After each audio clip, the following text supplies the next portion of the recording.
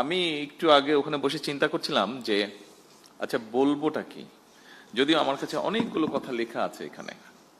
আমি চিন্তা করছিলাম বলবোটা কি, এই জন্য চিন্তা করছিলাম যে আমার আগে যারা বক্তব্য রাখলেন এবং আমার যে এক্সামটা কিছুক্ষণ আগে হয়ে গেল, আমার মনে হয় মোটামুটি ভাবে সেখানে বক্তব্যের সবকিছুই চলে এসছে। জি, ভালো নাম্বারে পেয়েছি, থ্যাংক ইউ সো মাচ। তো এখন আসলে বলার বোধহয় খুব বেশি কিছু নেই, বলি যা বলা সেটা বলা হয়ে গেছে, এখন বোধহয় কাজ করার সময়। আমি আপনারা যারা এখানে নতুন এন্টারপ্রেনার আছেন, উড বি এন্টারপ্রেনার আছেন, যারা এগিয়ে আসতে চাচ্ছেন, যারা কিছু করতে চাচ্ছেন, আপনাদেরকে একটা কথা আমি শুধু বলি, আপনারা যেটা করতে চাইছেন, it's not so easy, it's very difficult, it's very difficult, কিন্তু আপনি পারবেন যদি আপনার ইচ্ছা থাকে। আমি আমার লাইফের একটু ছোট্ট একটু বিষয় তুলে ধরতে চাইছি। আপনাদেরকে নিরুৎসাহিত করছি না, আমি আপনাদেরকে উৎসাহ দিতে চাইছি। দেখুন, আমার লাইফে আমি ব্যবসা বাণিজ্য করেছি, যতটুকু ডিসেন্ট ভাবে বেঁচে থাকার জন্য প্রয়োজন আমি ব্যবসা বাণিজ্য করেছি। কারণ আমার লাইফে ব্যবসা বাণিজ্য শুরু করতে না করতেই আমি রাজনীতির সাথে জড়িয়ে যাই।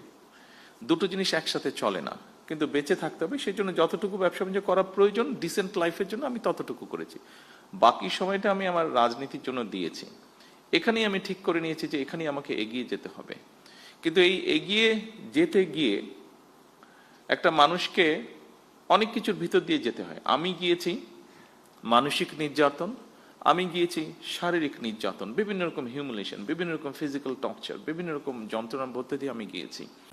আমাদের উঠে দাঁড়াতে হবে, স্পিড, সকল অন্যায়ের বিরুদ্ধে রুখে দাঁড়ানোর এনার্জি পার্টনার। অনেক ধৈর্যের পরীক্ষা দিতে হয়েছে, তারপরে আমি আজকে আলহামদুলিল্লাহ আল্লাহর রহমতে একটা জায়গায় এসেছি। আপনাদেরকে খুব সংক্ষেপে এটা বলার কথা অর্থ হলো, আপনাদেরকে এরকম অনেক কষ্টের মধ্যে দিয়ে যেতে হবে। তবে আপনাদেরকে এতটুকু বলতে পারি, এই মুহূর্তে আমার সরকারের অবস্থান থেকে আমি বলতে পারি, আমরা আছি আপনাদের সাথে, আপনাদেরকে হেল্প করার জন্য, আপনাদেরকে পথ দেখানোর জন্য, আপনাদের পাশে দাঁড়ানোর জন্য আমরা আছি। কতটুকু পারবো আমি জানি না, বাট আমরা আছি, যতটুকু পারবো সর্বোচ্চ শক্তি দিয়ে আমরা আপনাদের পাশে থাকার চেষ্টা করব আমরা ইনশাল্লাহ। এই জন্য আমি এই কথাটা বলছি, কারণ আপনাদেরকে এগিয়ে আসতে হবে। আপনারা আজকে যারা এন্টারপ্রেনার হবেন, যারা হতে চাইছেন, যারা হয়ে গিয়েছেন, কাজ শুরু করেছেন, এখানে বেশ কয়েকজনকে আমরা দেখেছি যারা বেশ কিছু দূর এগিয়ে গিয়েছেন, এবং এগিয়ে গিয়ে যারা মানুষ, সমাজ, সামগ্রিকভাবে দেশের উপকার করছেন। আপনাদেরকে প্রয়োজন, আপনার জন্য আপনার প্রয়োজন না, আপনাকে প্রয়োজন লক্ষ কোটি মানুষের জন্য প্রয়োজন, আপনাকে প্রয়োজন এই দেশের জন্য প্রয়োজন। কারণ আমি একটি কথা বলেছি, ওই দিন আমি গিয়েছিলাম চিনমৈত্রীতে, একটি অনুষ্ঠান হচ্ছিল, সেটি ছিল ইনোভেশন ইভেন্ট। আমরা ছোটবেলায় সায়েন্স ফেয়ার বলতে যা বুঝেছি, অনেকটা ওরকম, বিভিন্ন বাচ্চারা, স্কুলের বাচ্চারা বিভিন্ন সারা দেশ থেকে এসছে, তারা ওখানে বিভিন্ন রকম তাদের প্রজেক্ট তারা নিয়ে এসেছে। কিছুদিন আগে আরেকটা অনুষ্ঠানে গিয়েছিলাম, সেখানে প্রায় সারা বাংলাদেশের প্রাইমারি স্কুলের 22 লক্ষ বাচ্চা পার্টিসিপেট করেছিল।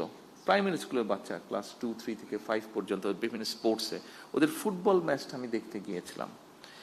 এই দুটো ইভেন্ট, বিশেষ করে এই দুটো ইভেন্ট দেখার পরে আমি অ্যাকচুয়ালি, যেহেতু আমি রাজনীতি করি, মাঝে মাঝে হয়তো হতাশ হয়ে যেতাম, বা এখনো মাঝে মাঝে কিছুটা, অনেক ক্ষেত্রে বেশি হতাশ লাগে। কিন্তু এই বাচ্চাগুলোকে দেখার পরে নিজেকে খুব কনফিডেন্ট মনে হয়েছে। এই জন্য কনফিডেন্ট মনে হয়েছে। আর আজকে যখন আপনাদের কতগুলো কাজ দেখলাম, আপনাদের কয়েকজনের বক্তব্য শুনলাম, তখন নিজের কনফিডেন্সটা আজকে আরো বেড়ে গিয়েছে। কারণ দেখুন, যেহেতু রাজনীতি করি, একটা তো আমার লক্ষ্য আছে, উদ্দেশ্য আছে। রাজনীতি আছে, দলের পরিকল্পনা আছে, সবকিছু আছে, কাজ আছে, কিন্তু যেহেতু দেশ পরিচালনার দায়িত্বে আছি, আমাদেরকে দেশকে নিয়ে আমরা চিন্তা করি, দেশের বিভিন্ন সেক্টর নিয়ে চিন্তা করি। আজকে যখন আপনাদেরকে দেখলাম, এবং ওই দিন ওই দুটো ইভেন্টে ওই বাচ্চাগুলোকে দেখেছি, আজকে আমার কাছে মনে হচ্ছে, এই যে আমরা রাত দিন পরিশ্রম করছি, চেষ্টা করছি একটু চেঞ্জ করার জন্য, আমার মনে হলো যে হ্যাঁ, আমরা কিছু সংখ্যক মানুষের হাতে দিয়ে যেতে পারবো, যারা আমরা যেখানে ছেড়ে যাব সেখান থেকে তারা দেশটাকে এগিয়ে নিয়ে যেতে পারবে। এই যে দেশটাকে আপনারা এগিয়ে নিয়ে যেতে পারবেন, আপনাদের কাছে এই প্রত্যাশাটা, এই দৃঢ় আশাটা, এই বিশ্বাসটা রেখে আমার বক্তব্য আমি শেষ করছি। আপনাদের সাফল্য কামনা করে আপনারা যারা যারা এগিয়ে আসছেন প্রত্যেকের সাফল্য কামনা করে আবারও আমি বলছি, আমরা আছি আপনাদের সাথে, কতটুকু পারবো জানি না, আমাদের সর্বোচ্চ দিয়ে আমরা চেষ্টা করব আপনাদের পাশে থাকার জন্য। সকলকে আন্তরিক ধন্যবাদ। আল্লাহ হাফেজ।